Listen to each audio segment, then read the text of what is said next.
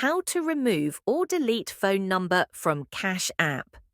Hello everyone, in this tutorial I will show you step by step how to delete phone number from Cash App. First, open or launch the Cash App mobile application, just like you can see here. You will land on the home page of the app. After that, tap on this option at the top right corner of the screen.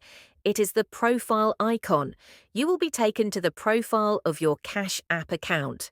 Here, there are various options that you can use to navigate to different areas of the app.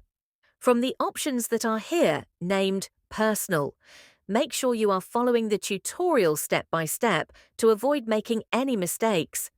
You will then be taken to the Personal page here, where you will see some important information about your personal information.